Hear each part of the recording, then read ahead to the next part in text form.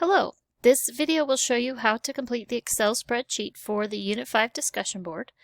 Once you have found 3 pieces of equipment and have prioritized which ones your business needs first, second, third, go ahead and open a blank Excel workbook.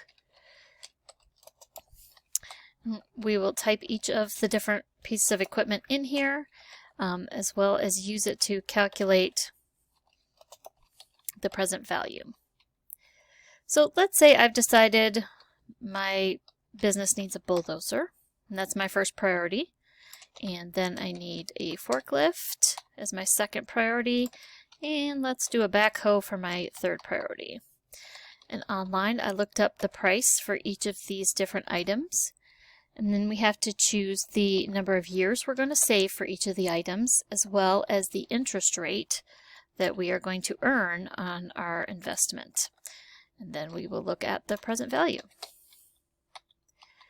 So let's say the bulldozer I found online costs $55,000, the forklift I found online costs $35,000, and the backhoe that I found online costs $70,000. Now since the bulldozer is my first priority, I'm going to save the shortest number of years for that, so only 5 years before I can buy my bulldozer. Let's say I'll save for 7 years to buy my forklift, and let's say I'll save for 10 years to purchase the backhoe. And the interest rate. So since I'm not saving for as long on the bulldozer, I'll probably get a lower interest rate on that. Let's choose 2%. And then let's say I got 5% for the forklift, and let's go with 8% for the backhoe. Alright, so once you have all those values in there, I'm going to go ahead and widen all the columns so everything fits. Let's look at how we calculate the present value for each of these 3 items. So go in your Formulas tab, you're going to click on Financial. This is alphabetical, so we're going to go down to PV, which is present value. That'll open a window where you have to input our information. So let's start with the bulldozer. The rate that I chose on the bulldozer was 2%, so put that in. This stands for the number of periods, so I'm going to earn interest for 5 years, so it's going to be 5 times I earn interest. This payment amount, that is if you decide to not just put in a lump sum, but put in a variety of payments, like let's say monthly put in a payment. We're not doing that here, so we're going to have $0 for payments. Future value is the value I want to have saved in the 5 years, so that was $55,000.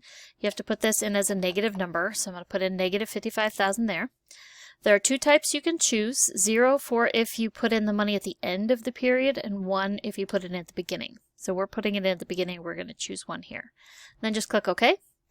And here it tells me how much I need to put in today to have $55,000 in the account at the end of 5 years. Let's do the same thing for the other 2 pieces of equipment. So under Financial, under Formulas tab and Financial, we're going to choose PV for present value. The rate on the forklift I chose was 5%. It was 7 years, so I'm going to put that for my number of periods. I'm not going to make any payments, I'm going to put 0. The future value, the forklift costs $35,000. I'm going to put that in as a negative number, so negative $35,000, and the type is always 1. And we click OK. And one more time for the backhoe, Financial Formulas, scroll down to PV for present value. The rate that we chose for the backhoe is 8%, so put in 0.08.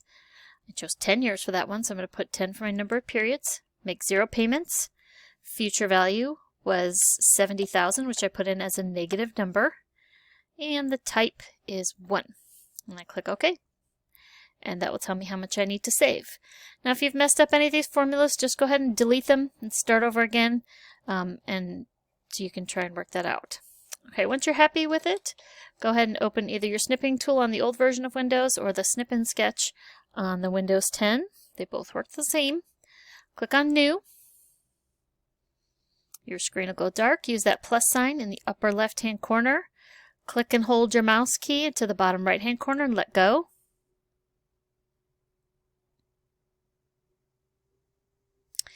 And if your snip looks good, go ahead and save it. If it doesn't look good, just click New and start again. So let's save it as something. And once you've saved it, go into your discussion board and click on Start a New Thread.